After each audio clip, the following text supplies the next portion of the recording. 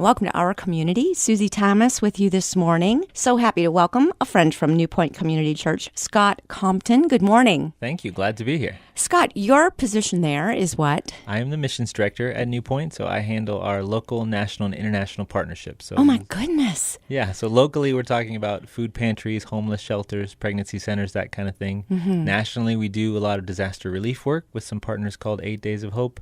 And then internationally, we have some partners all over around the world that are planting churches and sponsoring children and all that kind of stuff. Let's start out and work our way in. Sure. That sounds very amazing. You've got to be quite a busy guy. I am. I have a lot to do. We have 5 campuses, and so we have a lot of communities that we're working with, as well as all the international stuff. So, yeah, I get around quite a bit. And each of those campuses then have their own group of people that work with this type of outreach with you? Correct. Yeah, each of the campuses have community volunteers that go out and volunteer in each of our partnerships. So we believe in doing it a lot more than a financial transaction. We want our volunteers to be as active as they can in the organizations. And so we have some that are running the organization, some that are volunteering all throughout that kind of thing. Is there anything as life-changing as going on a missions trip?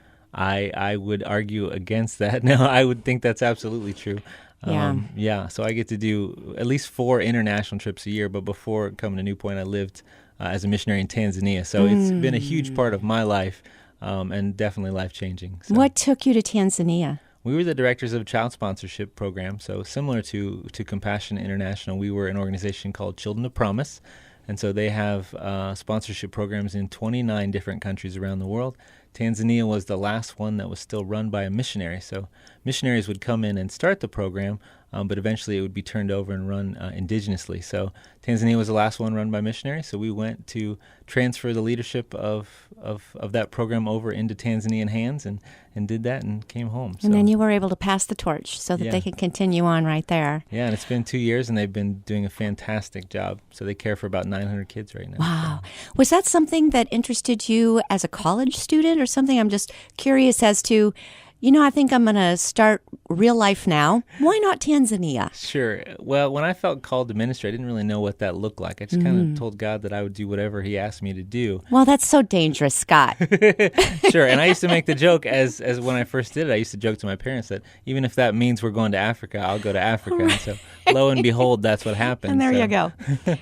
Yeah, so my wife, I'm convinced she wanted to be a missionary from the time she came out of the womb. Wow. That has always been her heart's goal. And so when we got married, we started doing student ministry, and then we had kids. And about 7 years into our ministry, and we had kids, we started to our hearts really started to break for kids around the world that didn't have the opportunities that our kids had, just based on where they were born. Mm-hmm. And so we didn't really know what that looked like, but around that time I got a call from a friend who was a part of this child sponsorship program and said, would you consider doing it?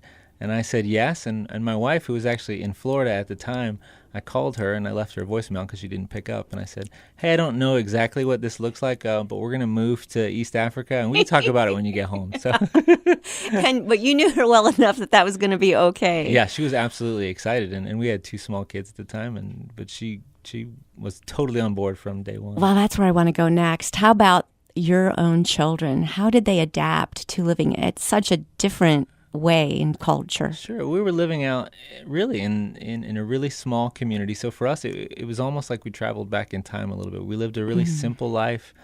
We had to homeschool the kids because there was no schools around there really. So we got into farming and raising chickens and gardening and all that kind of stuff that we hadn't done before just out of necessity. And so it really became just a great moment for us to connect as a family and for us to be on mission. Here in America, it's easy to kind of compartmentalize our lives where I'm off doing something and my wife's somewhere else and the kids are at school. There it was like school and ministry and life all kind of flowed together. So it was a neat experience. How old were your children at the time? They were 1 and 3 at the time. Oh, my goodness.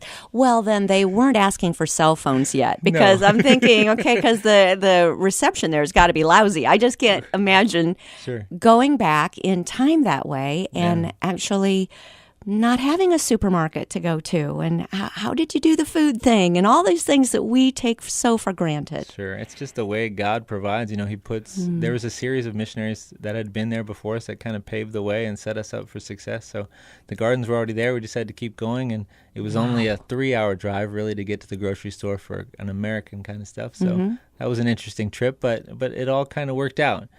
Thank goodness we were all healthy. Nobody broke any bones for a while. I mean, it would have been Yeah. Would have been pretty hard to deal with some of that stuff, but God was watching over us. So. How about the people there? What did you find, and the relationships you made there? It's just incredible. Whether you're in East Africa or like we travel now, we do a lot of Latin American stuff. You're dealing with people that are dealing with life circumstances that are very difficult and very different than you, but have such a heart and a compassion and a love, not only for their communities, but for you as an outsider. I mean, it's just a fresh awakening to me every time I go to remember really what life is all about. The focus is where it needs to be as opposed to the material stuff. So now in your position at New Point, do you kind of use that same model as going into other countries and then training and preparing people who are native to that area to be able to work with their own families and people group and so forth? Is that kind of the same kind of model you use? Yeah. Why does that work better? It just works better. Sometimes, and I don't want to be real generic about Americans, but we can tend to think that we know what's better for other people as opposed to people that have lived a life and know what they're experiencing. So we've always found that when we work with organizations and people on the ground, that are already doing incredible things, that the ministry goes so much better.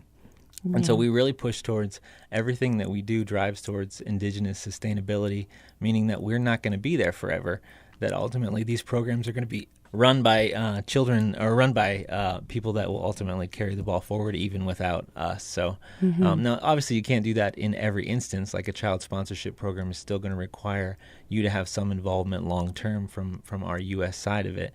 But there are instances where you can push a lot of those programs into ideas of indigenous sustainability. So when you came back to town and New Point met you, they had to say, glory, hallelujah. Where did we find somebody so prepared to do what we need? Sure. I mean, there's not a lot of you walking around here. Well, it was an interesting way that I got connected to New Point. I came back and I decided to actually take a sabbatical because we had come home in the middle of the school year.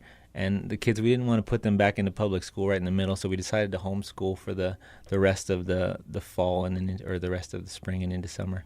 So we did that. We had bought a house, so I renovated the house, and I decided just really not to do anything. And so we had been going to New Point as attendees, and as the kids went back into public school then, and I ran out of things to do at the house, I thought, I should probably start doing something. There's something in the Bible about using your gifts. Yeah, I guess. And so I called New Point and Yes. I said, hey, I'm interested in volunteering. And so I went in and they were like, well, what's your background? And so I told them my story and they said, well, we haven't told anybody this, but we've been looking for this missions director position. So would you apply? And that's how I ended up at New Point. How perfect. Don't you love the way God works? It's incredible. Absolutely incredible. Yeah. That's a fun story. Yeah. So now, what is your dream as far as, I'm still with the international part, where do you want to take the church and the church members internationally? What are the plans and how do you do that? How do you connect with all these other countries? We have such established organizations that are already doing great things. We realize that New Point is not alone in any of this. There are people that can do better stuff than us that are already doing it. So if we can connect with organizations that meet our standards that we want to do, then we'll connect with them. So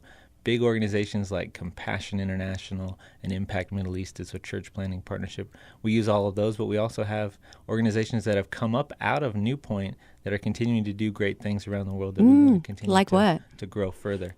So like the Impact Middle East one that I talked about, that started before New Point became New Point, back when it was Sugar Creek Free Methodist. Right. There was a group of people that really started to have a heart for the Middle East and really began church planting in 5 countries in the Middle East. That has grown to be its own nonprofit organization now. And so as New Point, we are a partner, but they are an organization that has grown beyond what we could have ever done. Do you love the fact that there is an international organization that is planted right in the center of civilization? That is truly God's country right there. Oh, it's incredible. That came from Sugar Creek, Ohio. Sure.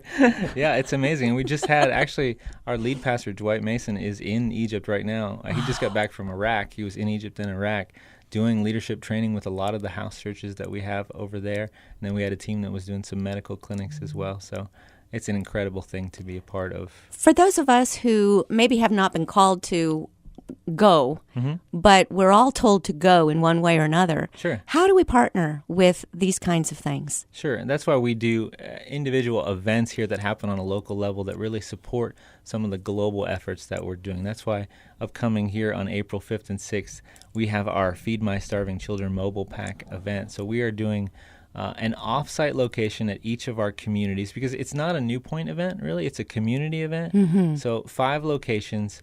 We have purchased over $119,000 worth of ingredients.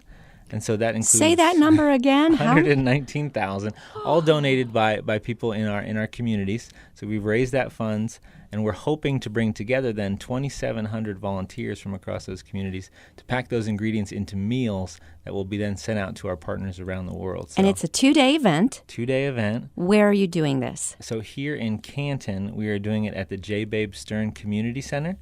And so, but in each of our community, we're choosing off-site locations. Like, for example, in the Tuscarawas County, we're doing it at the Newtown Mall.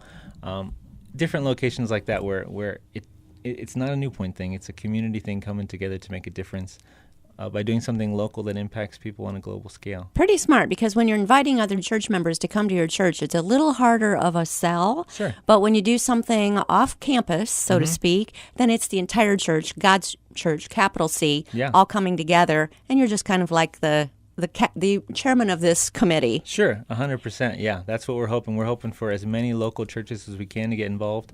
We've been sending out invitations as much as we can. Community groups, anybody really that realizes maybe I can't travel around the world, but I can head down to the mall or to the community center and be a part of a 2-hour shift that ultimately sends food to someone around the world that needs it. We're going to reach several counties. So are these the 2 locations, or because I know New Point has 5 locations? Sure. Are you going to be doing this in 5 different places? Yes, 5 simultaneous Do you want events. to tell us all of them, just in case someone's hearing from somewhere else? So if you are in Guernsey County, then that would be Coshocton. That would be Coshocton County. Would be Coshocton Elementary School is where it's happening. If you're here in Stark, it's at the J. Babe Stearns Community Center. If you are in Tuscarawas, it is going to be at the old J.C. Penney store in Newtown Mall. If you are in Wayne County, it is at the Worcester County Fairgrounds. And if you are in Holmes County, it is at the Millersburg Fairgrounds as well. Awesome. And indoors, both Everything places? is indoor. Everything is climate controlled, so don't worry about wearing your coats or anything like that. And this is something that children can help with, right? Families can do this all together. Oh, it's an incredible family event. You have to be 5 years old or older to participate, but the work that's done is very simple. You go through an orientation process when you arrive that'll explain everything, so you don't have to have any know-how ahead of time, but an incredible event. Do you have to sign up for shifts ahead of time? Yes, you do have to sign up for How do we shifts do that? ahead of time. So depending on your county, you will visit those different websites. So for Stark County, it would be forstark.com. And is that a numeral 4, or you're spelling out FOR? Spelling out FOR. That's very good. Okay, forstark.com. Okay. fortuscarawas.com. For Tuscarawas, and you spell the whole thing? Tuscarawas. That one you might have to Google. That's a tough one. All right. forwayne.com. forwayne.com and forhomes.com. forhomes.com and one more. forcoshoctoncounty.com. For Coshocton, and you have to spell that whole thing out. For coshoctoncounty.com. Okay, and then we'll all check our spelling to make sure we're getting to the right websites. Then you'll just click the Register to Pack button. So each of those sites, really, if you wanted to go to any of those sites, you'll see the Register to Pack button. When you click that, it'll take you to a page that lists all 5 sites. So if you are in Holmes and want to pack in Tuscarawas, or you're in Stark and you want to pack in Wayne, that's all perfectly acceptable. So, what kind of shifts do you want people to take? A couple of hours, or sure, what are the times? Each shifts are 2 hours, so it starts on a Friday night. Most of the packing locations are just having a setup on Friday night. So we need people to come who may be not interested in packing but would like to help us set up tables and get everything ready for the event. And then on Saturday, we have shifts spread out throughout the day. So the first shift on Saturday morning starts at 8:30. These are 2-hour shifts. 8:30 to 10:30. The second one starts at 11:30. And then there is a 2 to 4 o'clock shift. And a 4:30 to 6:30. Wow. And you're going to get to be doing all of it. Yeah, I'm going to be traveling around with our video team to capture footage from each of the events so that we have some good recap stuff. So at the end of the event, if you want to get on the websites, you can see how it looked at each of our 5 locations. So people who don't attend New Point would be able to see themselves afterwards as well, because that's going to be quite a cool video when you're all done with that. Absolutely. There'll be video, there'll be photos, all that kind of stuff. So cool. All right. Well, we're going to find out what happens next to all this food after a short break. You're listening to Our Community.